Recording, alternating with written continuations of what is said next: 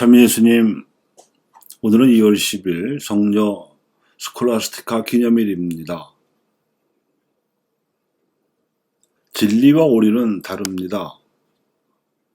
그리고 오류와 그 오류에 물든 사람은 구분해야 합니다. 오류는 틀린 것이지만 그에 물든 사람은 구해내야 하기 때문입니다.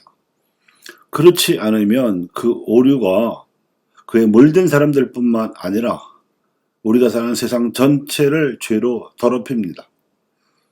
인식상의 오류가 실천상의 죄악을 초래하고 죄악은 모두를 불행하게 만들기 때문입니다. 진리는 성경에 기록되어 있습니다. 한처음에 하느님께서 하늘과 땅을 창조하셨다. 또한 사람을 당신을 닮은 모습으로 지어내시어 땅에서 생겨난 모든 것들을 돌보게 하셨다. 이 진리를 따르면 인간은 구원을 받고 행복할 수 있지만 거스르면 죄악이 생겨나 파멸합니다.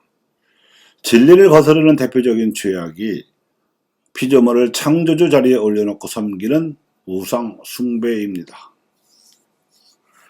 그 우상은 권세나 재물 같은 힘이기도 하고 탐욕이나 미움 같은 정서이기도 합니다. 오늘 독서는 말년에 솔로몬이 우상을 숭배하다가 하느님의 진노를 불러일으킨 고사를 전해줍니다. 또한 오늘 복음은 아직도 하느님을 알지 못하여 우상을 숭배하던 이방인들에게 예수님께서 하느님을 전해주시러 뒤로 지방으로 가셨다가 마귀 들린 딸을 둔 여인의 간청을 들으시고 도와주신 일을 전해줍니다. 마귀는 하느님 대신 우상에게 마음을 빼앗긴 이들 속으로 파고 들어와서 인간의 본성을 파괴합니다.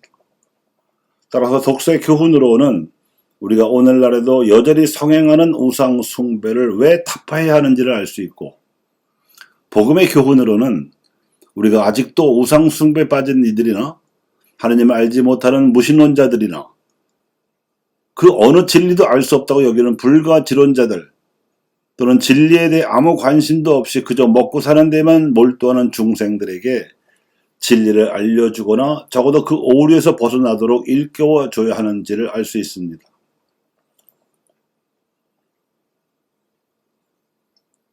여기서 문제가 되는 것은 진리 자체가 아니라 우리 자신이 진리를 소유하거나 그것도 독점하고 있는 것이냐 착각해서 진리에 맞지 않는 방식으로 강요하려는 종교적 독설입니다.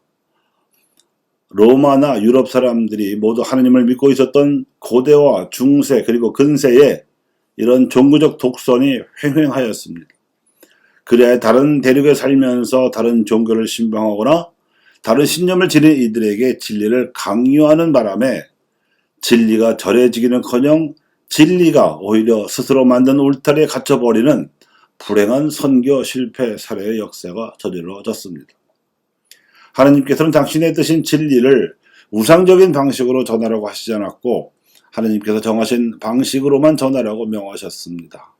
이를 잘 보여주신 분이 예수님이십니다. 따라서 문제 대신 숙제가 되는 것은 예수님의 방식을 우리가 배워서 우상을 타파하고 우상 숭배자 및 이와 유사한 처지에 놓인 이들에게 하느님을 전하는 것입니다. 예수님께서는 첫째, 하느님 나라의 복음을 가르치셨습니다.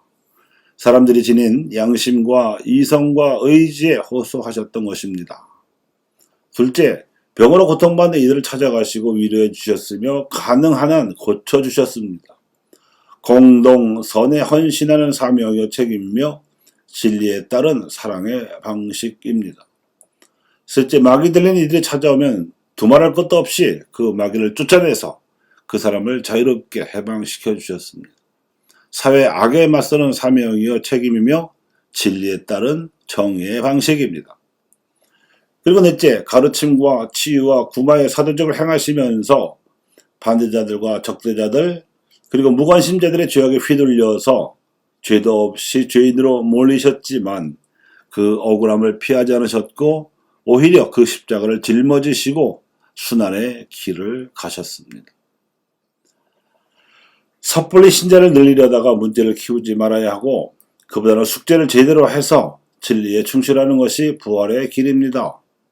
영세자, 예비자, 성소자 등의 교세에 연연하지 말고 비록 적은 숫자를 하더라도 서로 사랑하는 공동체를 아끼고 돌보면서 서로 섬기는 가운데 행복한 대동세상을 이룩하면 그것이 부활의 시작입니다. 그렇게만 하면 우리 안에 심겨진 그 진리의 씨앗을 하나님께서 키워주시고 퍼뜨리시며 자라게 하십니다. 이것이 우상 숭배에 대한 대책이요 이방인 선교에 대한 교훈입니다. 감사합니다.